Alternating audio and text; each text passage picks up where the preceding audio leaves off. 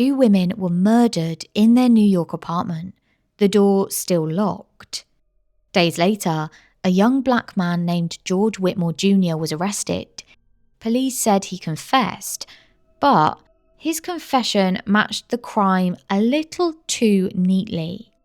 And the timeline didn't add up. But once the system picks a suspect, the truth can become inconvenient. And this case got me looking into others, where an innocent person has not only had the potential of being put on death row, but sometimes it actually goes through and they get executed, even when they're innocent. This is Red Rum, stories about the true victims of crime. This is part 2 of the murders of Emily Hoffert and Janice Wiley, so if you haven't listened to part 1, I'd recommend popping back and listening to that first. I'm releasing both these parts on Monday, so you guys don't have to wait until the usual Thursday release for this second part of the episode. It's happening right now. Let's get into part 2. So, we've just found out that the main suspect they have for this case, the one man they're convinced had murdered these 2 promising young women in their own apartment, we've just found out that there are some extreme issues with this case and with his confession.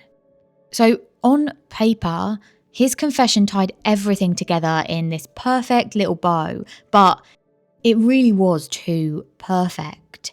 Because behind closed doors, nothing about George's confession was clean. For starters, he was interrogated for 26 straight hours. No lawyer, no family, no breaks, just 2 detectives in a room and this 19-year-old who had no idea what was about to happen. He said he was beaten by police until he confessed, that he hadn't even heard of the Career Girl murders until they brought it up. And he even asked to take a lie detector test, but they said no.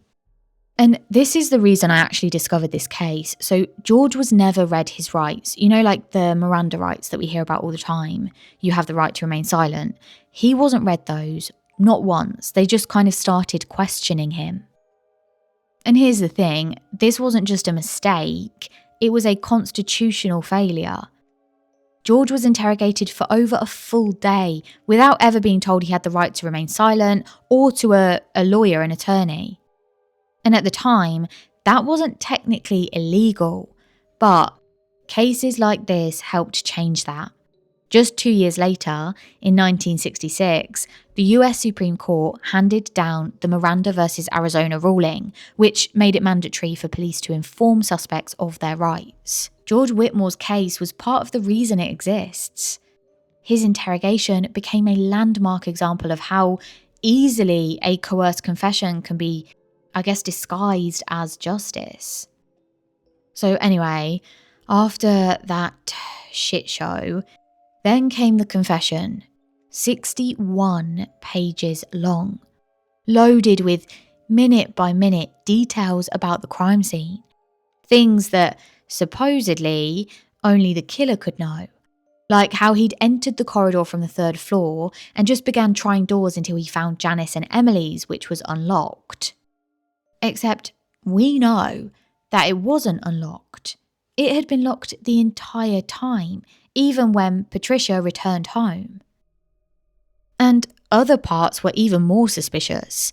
He described tiny, forensic-level details about the apartment, the kind of things no killer would have noticed in a moment of frenzy, but details that maybe a detective would have noticed, especially one who had been there for the purposes of being super specific and detailed about analysing the scene. And then there was the photo. When George was arrested, detectives found a picture in his wallet. A white, blonde woman. They jumped on this. They were convinced it was Janice Wiley. They even showed it to her father, Max. But he had taken one look at it and said, quote, "That's not my daughter. I have never seen this woman before in my life." Turns out, it wasn't Janice, and yet the racist police, and I don't say that lightly, the kind of leader of the investigation, so the 2 men that I told you to remember earlier, one of those, Edward, he was actually taken off of this case for having been found to have been prejudiced and to be racist. He was the one who insisted the photo was Janice, even though her literal dad is saying it's not. Oh, and that police officer who was taken off the case, he somehow later managed to reinsert himself back into it and had influence over it from that point onwards. That photo was actually of a woman called Arlene Franco, and she was a high school classmate of George's from New Jersey. She'd lost that photo in the park and he'd picked it up for whatever reason, and then he'd just kept it. This photo to detectives was proof that George was obsessed with Janice, proof that he was their man, even when it wasn't her face in the photo. But wait, there's more. George had an airtight, super strong alibi, and the police knew that. George had told them he was in Wildwood, New Jersey the day Janice and Emily were murdered. He was washing dishes at a restaurant nowhere near Manhattan. And his co-workers backed him up, every single one. They remembered because they were all watching a televised speech by Dr. Martin Luther King Jr., and that was at the March on Washington that day, the one that Janice had mentioned she was going to go to. It's this iconic, unforgettable moment. And they remembered George being there with them, watching it, clapping, really present in that historic moment, miles away from the crime scene. But none of it mattered. Not the alibi, not the co-workers, not the Martin Luther King speech on the TV screen. Authorities just said no, he was in Manhattan killing 2 women, that's it.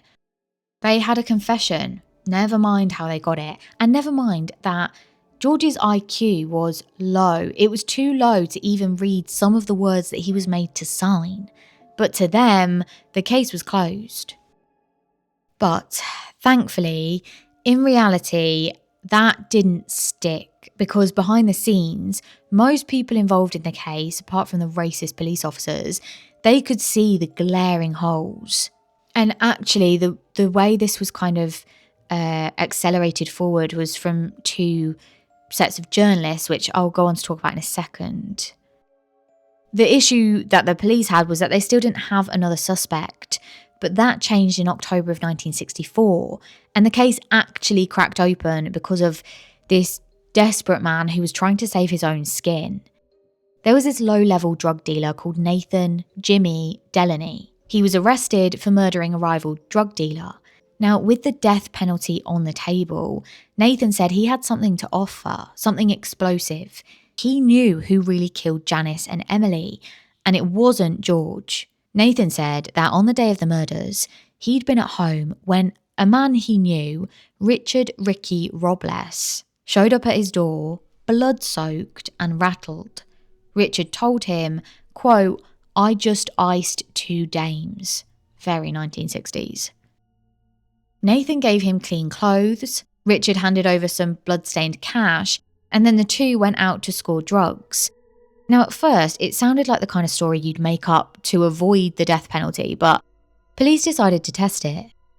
They wired Nathan and his wife Marjorie with hidden microphones. They bugged both apartments, and then they waited. And over time, Richard started to talk.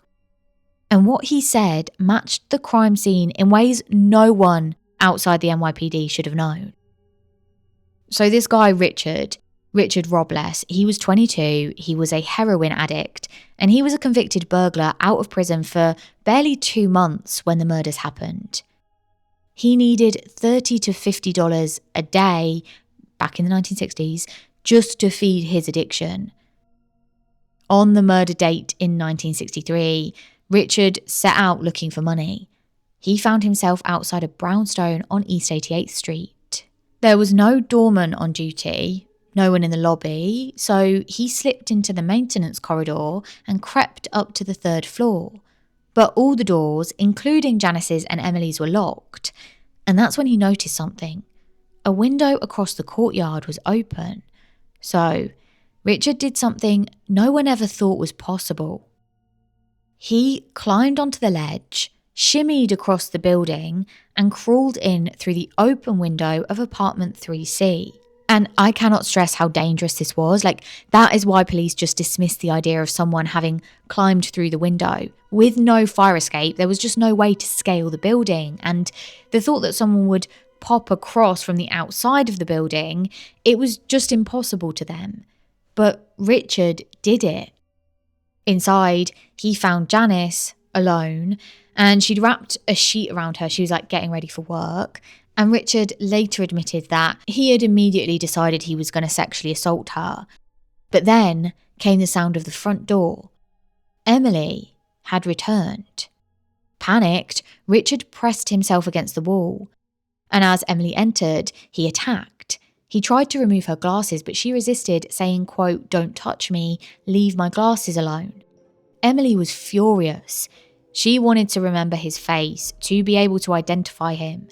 And Janice, I guess trying to protect them both, she pleaded with her, quote, "Just do as he says, we won't get hurt." And I'm taking these quotes from things that have come from Richard afterwards, so kind of take them with a pinch of salt, but the general shape of it is what was accepted at court. Anyway, Richard at this point was spiralling. He tied both women up and then he walked into the kitchen to think. 5 minutes later, he made a decision. He wasn't going back to prison. Richard returned with soda bottles and butcher knives. He bludgeoned them, he slashed at their bodies, he disemboweled Janice, and he nearly decapitated Emily. 2 of the knives broke from the force of the attack. Then he took somewhere between $20 and $30 from Emily's purse and vanished. Richard was arrested in January 1965. At his trial that autumn, his defense team tried to throw George's coerced confessions back into the mix to kind of stir up reasonable doubt. But the prosecution countered by putting George himself on the stand. This man, he has been involved with this case for years at this point, and he wasn't actually involved in it, but he is doing his best to kind of help the case now. Anyway, in the end, the tapes, the recordings that police had managed to get, they didn't lie. They were damning. And in December of that year, Richard Robles was found guilty of the murders of Janice and Emily, and he was sentenced to life in prison. He escaped the death penalty, but only because New York had abolished it months earlier. He denied responsibility for over 2 decades, until 1986, when he finally admitted the truth to the parole board in a bid for release. And he was. He was released in May of 2020. And despite Richard Robles's conviction, the damage had already been done. George Whitmore Jr. said he was beaten, he was coerced, and then he was paraded as a killer. He was never the same again. After his release, he returned to New Jersey, where he briefly owned a fishing boat and he worked a string of odd jobs, but the trauma lingered. The years spent fighting for his freedom and dignity had really taken their toll. He kept a low profile, but those who knew him said that he really carried the weight of what happened for the rest of his life. He was just 68 years old when he died of a heart attack on October 8, 2012. In the end, 2 women were brutally murdered, and a third life, George's, was nearly destroyed. So what does justice even look like when the system gets it so wrong? When detectives decide who they want to be guilty and then they shape the evidence around that? And when a young man is denied a lawyer, denied his rights, and then in the pipeline for execution for a crime he didn't commit? And on top of that, the real killer was then allowed to walk free for years because the truth didn't fit the story. And decades later, we are still asking, how many more Georges have there been? How many are sitting in silence, waiting for justice that just might never come? And that is the reason, or at least the main reason, I have such a problem with the death penalty. What happens when the system gets it wrong? What happens when the person facing death isn't a monster, but they're just someone like George? Poor, maybe. Black, maybe. Powerless, definitely. And innocent. George came so close to being potentially executed, not because the evidence pointed to him, but because essentially he was in the wrong place at the wrong time with the wrong skin colour. He was almost a name on a list, a statistic. And when I was looking into this case, I came across plenty more like this. And some of them are even more tragic. just like Carlos Deluna. He was a young Latino man in Texas who was executed in 1989 for a murder he insisted he didn't commit. The crime itself was horrific. Wanda Lopez, a 24-year-old petrol station attendant, she was stabbed to death whilst on the phone with 911, begging for her life. 2 eyewitnesses saw the killer. One described a dishevelled man in a flannel shirt. Another saw a clean-shaven man in a white shirt playing with a knife outside moments before. Police found Carlos Deluna half an hour later. He was shirtless and shoeless. He was hiding under a truck in the rain. He had money in his pockets, so they made up their minds. He was charged, tried, and sentenced to death. But Carlos Deluna kept saying the same thing. You've got the wrong guy. It was someone else. A guy called Carlos Hernandez. A man with a history of knife attacks. A man who reportedly looked just like him. A man who lived nearby and was known to law enforcement. But at the time, police said Carlos Hernandez didn't exist. Prosecutors told the jury Carlos Deluna had made him up. But that just wasn't true. Carlos Hernandez did exist. He was real. And years after Carlos Deluna's execution, Carlos Hernandez confessed to multiple people that he was the one who killed Wanda Lopez. But by then, of course, it was too late. Carlos Deluna had already been executed. A life taken by the state, not out of certainty, but ultimately out of convenience, because it was easier to stick with that story than to look into the truth. And that, I think, is what the death penalty does. It doesn't just punish, it erases and it silences. It leaves no room to say, we got it wrong. George Whitmore Jr. survived. Carlos Deluna didn't.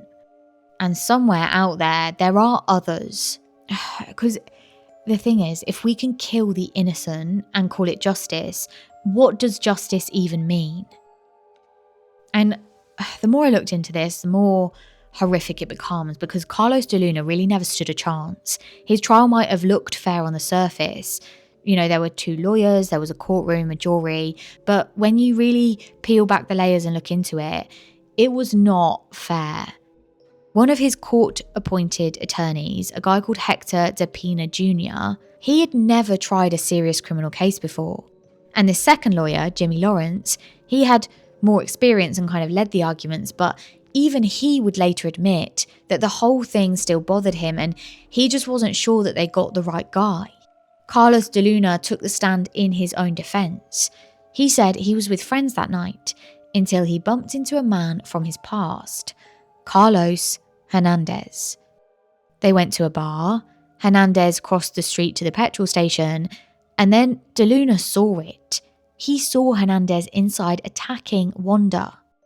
And scared that he would be blamed for something he didn't do, Deluna ran.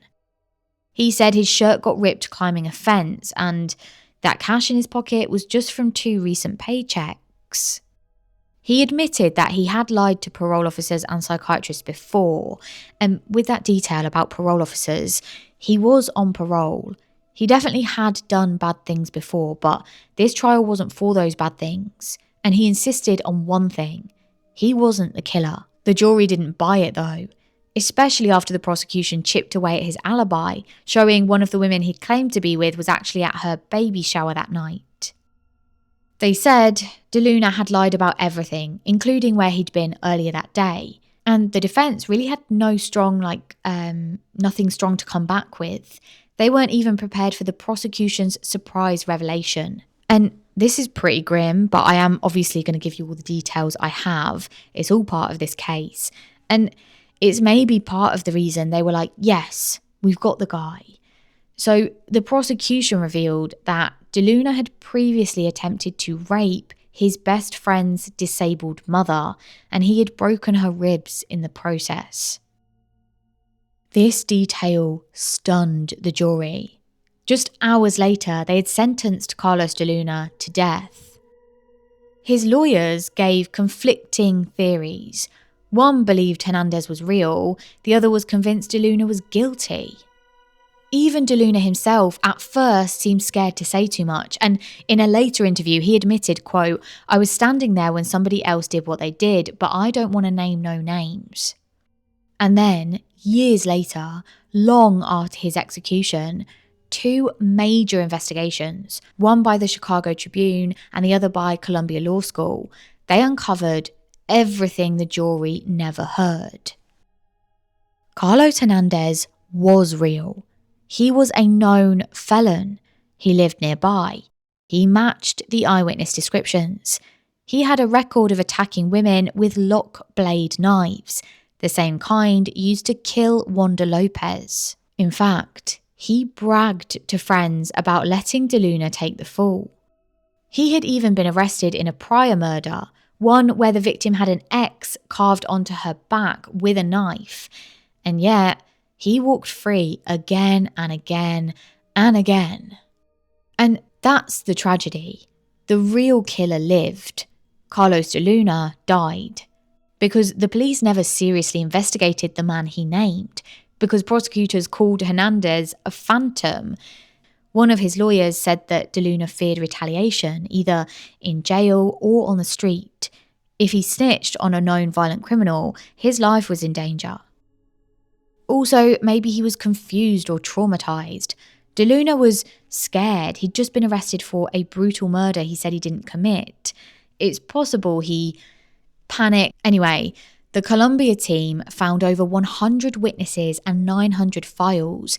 It was overwhelming evidence of the prosecution's misconduct, also police neglect, and a defense team that just was woefully underprepared. And yet, Carlos Deluna was executed by the state of Texas in 1989, age 27. And I understand, I am telling you about a man who has a conviction for attempted rape, someone who is not massively likable because of that crime, but he was most likely killed by the state for a different crime that he hadn't committed. Because if he wasn't guilty of that murder, then by law, even US law in that state at that time, he shouldn't have been eligible for the death penalty. If you want to know more about that case, and I really think it is worth a look into, especially the work the Chicago Tribune did and Columbia Law School with their investigations, then definitely take a look into it because it is unreal. But there are so many examples of this or similar to this, and I just wanted to end today on one that didn't end in death, but it very almost did. Anthony Ray Hinton was 29 years old when he was arrested in Alabama in 1985. He worked the night shift at a supermarket warehouse and he still lived at home with his mother. He didn't have any criminal record and no history of violence. That year, two fast food managers, John Davidson and Thomas Wayne Vason, they were murdered in separate armed robberies. Then, after a third similar robbery, a surviving witness picked Anthony out of a photo lineup. Police showed up at his mother's house, and it was there that they found an old, rusty .38 revolver hidden under a mattress. That gun hadn't been fired in years. But just like that, with no other physical evidence, no fingerprints, no reliable witness testimony, Anthony was charged with capital murder. But here's what they left out. Anthony couldn't have committed the murders. His job locked employees inside the warehouse from midnight to 6 a.m, which, other than being wildly worrying safety-wise, it meant he had an alibi. None of the cars he owned matched the larger car described by eyewitnesses. The only thing linking him to the crime was that old gun and the word of a state ballistics expert who claimed the bullets matched. Just a bit of a side note, but an important thing to say about experts in court. The use of expert witnesses can be obviously incredibly powerful, but it's also one of the most controversial and error-prone areas in criminal justice, especially when it comes to forensic science like ballistics. Ballistics experts testify in court, and I've heard loads of court testimony, and these experts speak with what sounds like absolute certainty. But in reality, bullet matching is not an exact science. It's based on comparing markings left by the barrel of a gun on a bullet, and those markings can be subjective. In Anthony's case, the state's expert said bullets from the 3 robberies matched this old revolver found at his mother's house. But later, 3 independent experts, including one from the FBI, said that just wasn't true.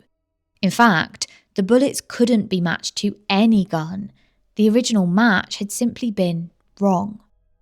Unlike DNA testing, ballistics doesn't have a universally accepted error rate or standard methodology, and that means that different experts can reach different conclusions using the same evidence. There is room for bias or sloppiness, especially if an expert is underqualified or working for one side. And in Anthony's case, his court-appointed lawyer had hired a man for ballistics identification, but this person had no formal ballistics training. He actually specialised in World War II weapons, and he was blind in one eye. He couldn't use the microscope properly, and he didn't test fire the gun, but that was the only defence expert presented.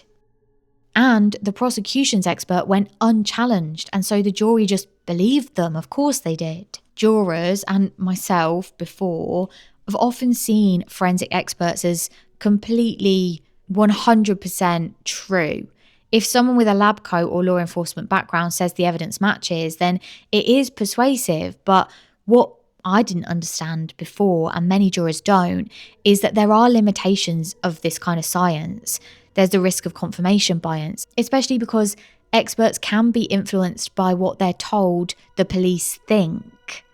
And, of course, experts are often hired and paid by one side, so they're maybe not neutral. In Anthony's trial, the jury dismissed credible alibi witnesses and a weak defence because they'd heard from a state firearms expert who confidently said that the bullets matched. Oh, and just a note on the defence in Anthony's case, they only had $1,000 to find a ballistics expert, so that drastically limited who they could hire. That's why they got this guy who just wasn't appropriate. And the prosecution, meanwhile, had access to state labs, experienced examiners. They had the full backing of the state. There's a real imbalance here in resources, and it meant the jury only heard one persuasive side, and it was the wrong one. And once a conviction happens, it is very hard to overturn it, even when later experts contradicted the original claims. Anthony's legal team spent 16 years trying to get courts to accept that the ballistics evidence was wrong, and even then, it had to go to the US Supreme Court before anything changed. This man nearly died because of a flawed forensic science and a deeply unequal justice system, let's be honest. And that state, I think it was Alabama, it doesn't even require, certainly didn't at the time, for the jury to be unanimous to sentence someone to death. And in this case, it took just 1 hour of deliberation, and it was 10 out of 12 jurors to convict him. So that's not unanimous, and it took so little time, 1 hour for a death sentence. Anthony was sent to death row at Holman Correctional Facility. He was locked in solitary confinement 23 hours a day, day after day, year after year, for 29 years. He was so close to being executed when he was exonerated. Now, during that time, he started a book club. He was reading kind of as a way to survive. But whilst he did this, he also watched as 54 of his fellow inmates, including members of his book club, they were taken past his cell to their executions. And he said that he could smell the burning flesh from the electric chair. Yellow mama, they called it. And through it all, he held on to one thing: his innocence. It was in 1998, after he'd already spent 13 years on death row, that the Equal Justice Initiative took on his case. And we know that Alabama wasn't interested. They didn't take the new evidence seriously, and so the people who had taken on his case, they took it up to the US Supreme Court, and it was in 2014 that the court ruled unanimously. Anthony Ray had not committed these murders. Now, my big question here is how they managed to get a guilty verdict when the only solid evidence was a gun that didn't match. He had that rock-solid alibi from his employer and still they found him guilty. They sentenced him to death. And that's why I'm talking about these cases. That's why racial, social and systemic bias in the courtroom is a huge problem. Because if the only real evidence is faulty, then what's he actually been convicted on? It's perception and assumption and prejudice. Oh, and there are way more details of this case. You should definitely look into it, but I'll just outline a couple here. So this black man, Anthony Ray, he had a white prosecutor, a white judge, an all-white jury. Justice there is already off balance. And the police officer arresting him literally said, and I'm quoting here, "I don't care if you did it, one of your brothers did, and you're going to take the rap." That is not justice. That's conviction by skin colour and postcode. Oh, and what's maybe even more terrifying is that while the state was laser focused on convicting the wrong man, the real killer was out there. No one was looking for him. No one was asking questions. And in that time, how many more lives did that person damage? They could have killed other people. And actually, they've never been caught. So who knows? They could be a serial killer at this point. Oh, and guys, I swear I'm nearly done. This is just like another detail of this case that is wild. So obviously he's been in prison for like 30 years for nothing, and he filed a claim for nearly 1.5 million, which doesn't seem nearly enough, but he filed that claim. But the state of Alabama they've basically just resisted granting him any compensation, and they've argued that he did not prove his innocence. I would argue you did not prove his guilt, and yet you got to put him away for 30 years. And Anthony has really gone above and beyond in kind of trying to make sure that this doesn't happen again. Quote, "The state of Alabama tried to kill me. They came damn close, but they didn't get me. And now I'm going to make sure they never get someone else." And he meant that. Today, Anthony is a speaker, he's a writer, he's an activist, and he's got a memoir called The Sun Does Shine. It is one of the most powerful testaments to the human spirit that you will ever read. I'll leave a link in the description box below. And here's a chilling final fact for you. He wasn't the only one to be exonerated. Since 1973, over 195 people in the US have been exonerated from death row. That is nearly 1 in every 8 sentenced to die. Think about that. For every 8 executions, 1 person was later proven not guilty. If that was true in any other way, in any other thing like medicine or aviation or childcare, we would not accept that. We would burn it to the ground. But we don't, because the people it happens to are rarely the ones in power. They are overwhelmingly black, brown, poor, or mentally vulnerable. In fact, nearly half of all wrongfully convicted and later exonerated are black people. That isn't a flaw in the system. That is the system. George Whitmore was one moment away from becoming one of them, from being executed for a crime he did not commit. All because this photo in his wallet looked vaguely like a victim, or because detectives did not follow protocol. We like to believe that the death penalty is used sparingly, and I know a lot of people hope, and myself included before, that it was used fairly, if that's a word you can use when you're murdering someone. I don't know, that it's reserved for the worst of the worst. But I think when the stakes are life and death, we think we got the right guy, it's just not good enough. And the truth is, the system does get it wrong. Often. And when it does, there isn't an undo button. If you kill someone, you kill someone. That's it, they're dead forever. We know that only too well from the cases we've covered on Red Rum. So when I think about the death penalty, I remember that even in 2025, in a system that still claims to be about justice, some people never stood a chance. And I think the truth of it is this: it's not about whether someone deserves to die, it's about whether a system that gets it wrong this often deserves the power to kill. Thank you for joining me for this week's episode of Red Rum, or episodes. Wow, what a case, or what a few cases. I just felt like I needed to split that over a longer episode or over 2 episodes, because as I got more and more into it, the horrific murders are brutal and tragic, and there is quite a lot of detail there that I wanted to go into. But beyond that, I started learning more and more about wrongful convictions, and especially people who are so close to death.